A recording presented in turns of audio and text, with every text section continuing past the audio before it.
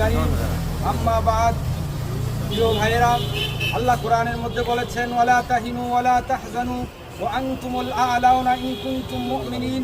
তোমরা হতাশ হয়ে যেও না, ভয় পেও না, অবশ্যই তোমরা বিজয় বরণ করবে ইন কুনতুম মুমিনিন, যদি তোমরা মুমিন হয়ে থাকো।